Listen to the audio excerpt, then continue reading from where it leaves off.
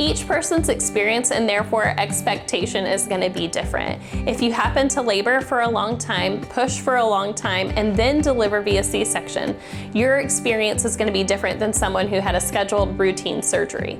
So if you had labored for a long time, had pushed for a while, and then delivered your baby, then you're probably going to expect to have pain almost everywhere, generalized muscle discomfort and achiness. If you had to have any repair to your vagina, that could also be uncomfortable on top of your incisional pain.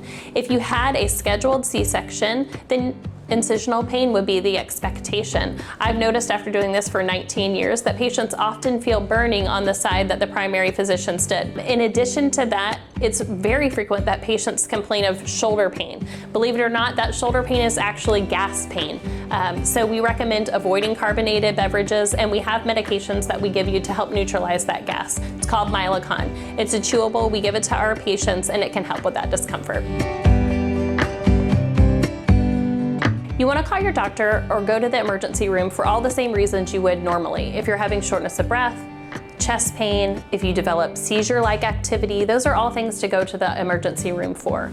It's also important for you to realize that while you can bleed up to 6 weeks, you shouldn't have a marked increase in your bleeding. So if you start soaking a pad an hour or passing clots, that's something you want to proceed to the ER for.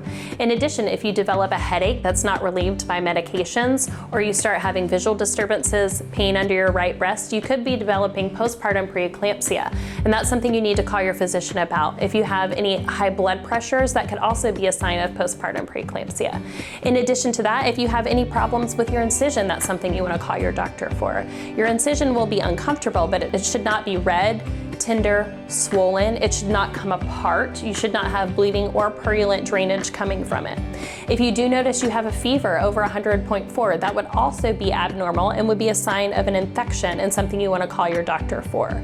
If you develop pain in one of your calves, or if you have calf tenderness, swelling, or redness, that's also something you want to call your doctor about. You could have developed a blood clot into the calf, and that blood clot can travel to the brain or the heart and cause a stroke or a heart attack. So those are things that we want you to call your doctor about.